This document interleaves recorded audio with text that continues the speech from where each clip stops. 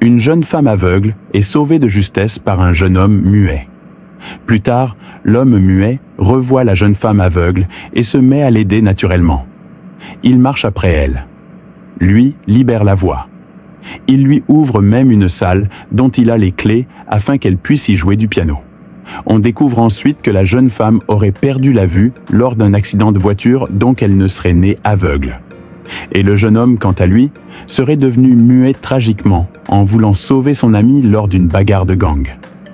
Malheureusement pour lui, en s'interposant, il fut poignardé dans la gorge. Aïe! En plus de s'être fait couper les cordes vocales, il finit en prison juste après. Deuxième aïe. Et oui, le mec a tout simplement envoyé à la morgue celui qui lui avait tranché les cordes vocales. C'est la raison pour laquelle il se retrouva en prison, muet. Avant son accident, en ce qui concerne la jeune femme, elle aimait bien jouer au piano. Et même après ça, elle essayait de poursuivre sa passion avec peine, puisque l'accident avait non seulement endommagé ses yeux, mais une de ses mains également. Sa main lui faisait mal à chaque fois qu'elle jouait du piano. Tandis que ses camarades de piano lui demandaient d'abandonner, elle n'abandonna pas, et c'est ainsi que la fille aveugle et le garçon muet devinrent amis dans le silence. Tout est bien qui finit bien. Faux. Petit problème, le garçon muet avait fait comprendre lors de leur premier échange à la fille aveugle, en tapotant une fois sur le dos de la main de cette dernière, qu'il savait jouer au piano. Ce qui est complètement faux. Le garçon muet, après sa sortie de prison, vivait des boulots très durs, ramasser les ordures et bien d'autres encore, au point que ses mains étaient très sales. Un jour, par chance ou malchance, vous comprendrez par la suite, il rencontra un professeur de piano et lui demanda de jouer du piano à la fille aveugle en restant muet, afin qu'elle pense que c'était lui, le garçon muet, qui jouait. Bien évidemment, ce n'était pas gratuit. Le garçon muet était donc obligé de travailler beaucoup plus dur pendant plusieurs jours d'affilée, rien que dans le seul but de payer le professeur de piano. Tout se déroula parfaitement bien dans son plan jusqu'au jour où, et oui, on devait s'y attendre. Le prof de piano n'était pas franchement un saint. Il dépensait tout son argent dans les jeux d'argent et s'endettait au plus haut point. De plus rien que par son regard, il était envieux de la relation spéciale que partageait le garçon muet avec la fille aveugle. Donc il fallait qu'il gâte tout en embrassant la fille aveugle lors d'une sortie à trois, et le pire, c'est que le garçon muet assista à la scène et la fille aveugle s'en rendit compte. Comment ? Eh bien, lors de leur première rencontre, lorsque le garçon muet sauva la fille aveugle d'un suicide, une clochette tomba de la fille aveugle, probablement de son sac. Le garçon muet ramassa cette clochette et c'est ainsi que depuis ce jour, il la portait sans cesse. Et c'est ainsi que la fille aveugle savait lorsqu'il était présent. Et c'est ainsi que la fille aveugle se rendit compte de la présence du garçon muet lorsque le prof de piano lui vola un baiser. Désemparée, la fille aveugle alla après le garçon muet sous la pluie. Mais comme elle ne voit pas, elle se retrouva très vite au sol, tandis que le garçon muet s'en alla en jetant la clochette qui fut ramassée par le prof de piano. C'est à partir de cette scène qu'on comprend que des sentiments amoureux étaient nés entre la fille aveugle et le garçon muet.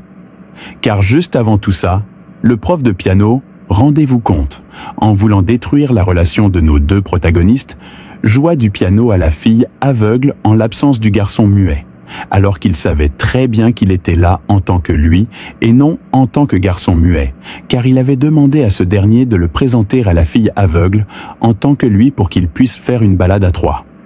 Il faisait exprès, ce con. Malheureusement pour lui, la fille aveugle s'en était déjà rendu compte depuis longtemps. Et oui, elle savait tout ce temps qu'il y a toujours eu une troisième personne dans sa relation silencieuse et elle s'en foutait tellement comme elle le dit elle-même. Les mains du garçon muet étaient celles d'un dieu pour elle. Le garçon aveugle lui avait redonné goût à la vie. Il était sa lumière dans l'obscurité.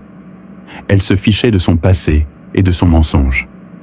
Après cette sortie désastreuse, la fille aveugle n'avait plus revu le garçon muet. Un jour, elle entendit le son de la clochette, mais ce n'était que le prof de piano venant présenter ses excuses. Malheureusement, ils sont kidnappés tous les deux à cause des dettes de jeu du prof de piano. Plus tard, le garçon muet vint à leur rescousse, mais la fille aveugle, en voulant aider, frappa le premier objet qu'elle prit dans sa main, en espérant que cela tomberait sur un de leurs ennemis. Mais malheureusement, encore une fois, pour le prof de piano qui avait déjà une main endommagée, le coup choisit sa tête. Pauvre prof de piano. Par crainte, le garçon muet prit l'objet qui avait frappé la tête du prof de piano et fit croire à la police que c'était lui qui avait frappé.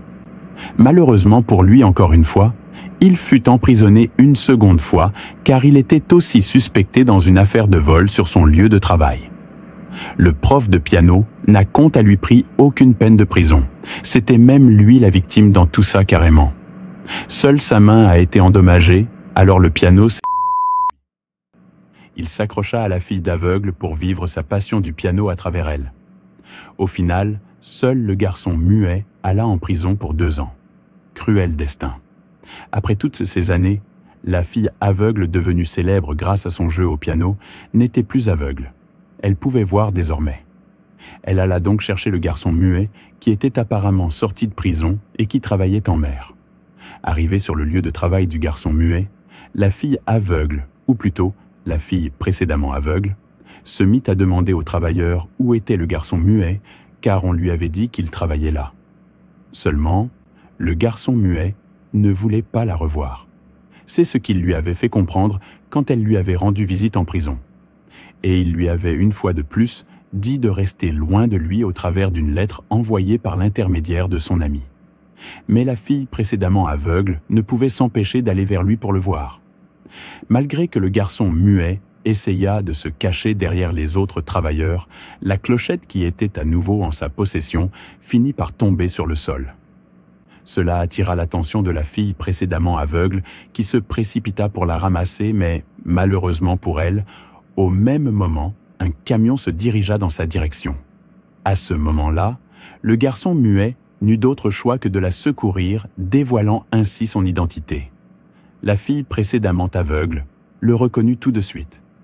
Et pour la première fois, peut-être la deuxième, un sourire illumina le visage du garçon muet. Tout est bien qui finit bien.